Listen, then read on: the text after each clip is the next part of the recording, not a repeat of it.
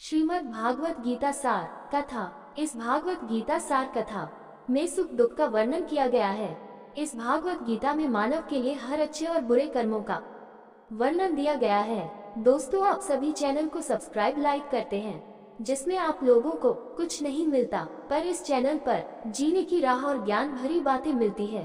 तो आपसे निवेदन है कि हमारे चैनल को आप सब सपोर्ट करें और हौसला दें कि हम आप लोगों के लिए अच्छा ज्ञान, अच्छी बातें और अच्छे राह पर चलने के लिए अच्छा ज्ञान आप सबके लिए पहुंचाता रहूं।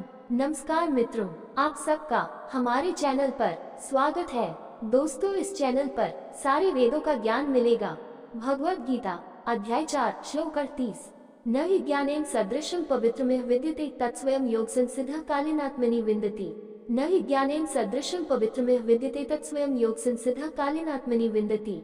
न नहीं हित निश्चय ही ज्ञाने दिव्य ज्ञान से सदृशम जैसा पवित्रम शुद्ध यह इस संसार में विद्यते विद्यमान है, तत्व स्वयं स्वयं योग योगाभ्यास संसिद्ध जिसने सिद्धि प्राप्त कर ली है, काले कालांतर में आत्मनि हृदय में विन्दति पाता है। न हि ज्ञानेन सदृशम पवित्र में विद्यते तत्स्वयं योग संसिद्ध कालेन आत्मनि विन्दति। अनुवाद: इस संसार में दिव्य ज्ञान के समान पवित्र करने वाला कुछ भी नहीं है। जिसने योग के दीर्घकालीन अभ्यास से मन की पवित्रता प्राप्त कर ली है, उसे समय आने पर हृदय में ऐसा ज्ञान प्राप्त हो जाता है। ज्ञान में व्यक्ति को शुद्ध करने, उसे ऊपर उठाने, मुक्त करने और ईश्वर से मिलाने की शक्ति होती है। इसलिए ये सर्वोच्च उदात्त और शुद्ध है। लेकिन दो तरह के ज्ञान के बीच अंतर करना जरूरी है: सैद्धांतिक जानकारी और व्यवहारिक अनुभूति। एक प्रकार का ज्ञान है जो शास्त्रों को पढ़ने और गुरु से सुनने से प्राप्त होता है। ये सैद्धांतिक जानकारी अपने आप में अपर्याप्त है। यह ऐसा ही है जैसे किसी ने रसोई की किताब याद कर ली हो, लेकिन कभी रसोई में प्रवेश न किया हो। खाना पकाने का ऐसा सैद्धांतिक ज्ञान भूख मिटाने में मदद नहीं करता।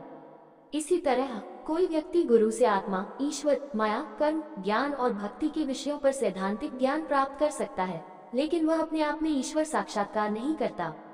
जब कोई व्यक्ति सिद्धांत के अनुसार साधना करता है, तो उसके परिणाम स्वरूप मन की शुद्धि होती है। तब भीतर से व्यक्ति को स्वयं की प्रकृति और ईश्वर के साथ उसके संबंध का बोध होता है। ऋषि पतंजलि कहते हैं, श्रुतानुमान प्रज्ञाभ्या अन्य विषया विशेषार्थत्वात् योग दर्शन 1.49-36। योगाभ्यास के माध्यम से आंतरिक अनुभूति द्वारा प्राप्त ज्ञान शास्त्रों के सैद्धांतिक ज्ञान से कहीं अधिक श्रेष्ठ है। ऐसे अनुभूतिजन्य ज्ञान को श्री कृष्ण ने शुद्धतम श्रेष्ठतम वस्तु के रूप में वर्णित किया है। भगवत गीता अध्याय 4 श्लोक 39। श्रद्धावान लभते ज्ञान तत्पर संयतेन्द्रिय ज्ञान लब्ध्वा परा शान्तिमचिरेणाधिगच्छति। श्रद्धावान लभते ज्ञान तत्पर संयतेन्द्रिय ज्ञान लब्ध्वा पर शान्तिमचिरेणाधिगच्छति। श्रद्धावान श्रद्धालु व्यक्ति लभते प्राप्त करता है ज्ञानम दिव्य ज्ञान तत्पर समर्पित संयत वश में इंद्रियां ज्ञानम दिव्य ज्ञान लब्ध्वा प्राप्त करके परम परम शांतिम शांति अचिरेण बिना विलंब के अधिगच्छति प्राप्त करता है। श्रद्धावान लभते ज्ञान तत्पर संयतेन्द्रिय ज्ञान लब्ध्वा पर शांतिम अचिरेण अधिगच्छति। अनुवाद: जिनकी श्रद्धा गहरी है और जिन्होंने अपने मन तथा इंद्रियों को वश में करने का अभ्यास कर लिया है, वे दिव्य ज्ञान प्राप्त करते हैं। ऐसे दिव्य ज्ञान के द्वारा वे शीघ्र ही शाश्वत परम शांति प्राप्त कर लेते हैं। श्री कृष्ण अज्ञान के संदर्भ में विश्वास की अवधारणा का परिचय देते हैं। सभी आध्यात्मिक सत्य तुरंत समझ में नहीं आते। उनमें से कुछ का अनुभव केवल मार्ग पर पर्याप्त उन्नति प्राप्त करने के बाद ही किया जा सकता है। यदि हम केवल वही स्वीकार करते हैं जिसे हम वर्तमान में सत्यापित या समझ सकते हैं, तो हम उच्च आध्यात्मिक रहस्यों से वंचित रह जाएंगे। विश्वास हमें वह स्वीकार करने में मदद करता है जिसे हम वर्तमान में नहीं समझ सकते। जगत गुरु शंकराचार्य ने विश्वास को इस प्रकार परिभाषित किया है: गुरु वेदांत वाक्येषु दृढ़ो विश्वासः श्रद्धा। 37। श्रद्धा का अर्थ है गुरु के वचनों और शास्त्रों पर दृढ़ विश्वास। जब ऐसी श्रद्धा गलत व्यक्तित्व पर रखी जाती है, तो यह विनाशकारी परिणाम उत्पन्न कर सकती है। लेकिन जब ये सच्चे गुरु पर रखी जाती है, तो यह शाश्वत कल्याण का मार्ग खोलती है। हालांकि अंधविश्वास वांछनीय चीज नहीं है। किसी भी गुरु पर विश्वास करने से पहले हमें अपनी बुद्धि का उपयोग करके ये पुष्टि करनी चाहिए कि गुरु ने परम सत्य को समझ लिया है और वह इसे सनातन वैदिक शास्त्रों के अनुसार सिखा रहा है।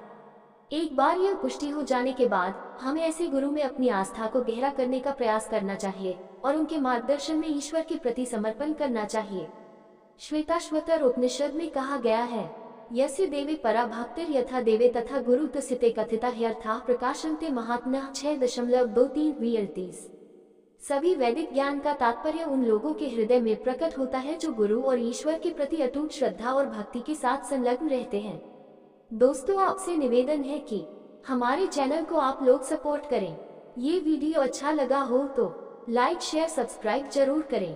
धन्यवाद।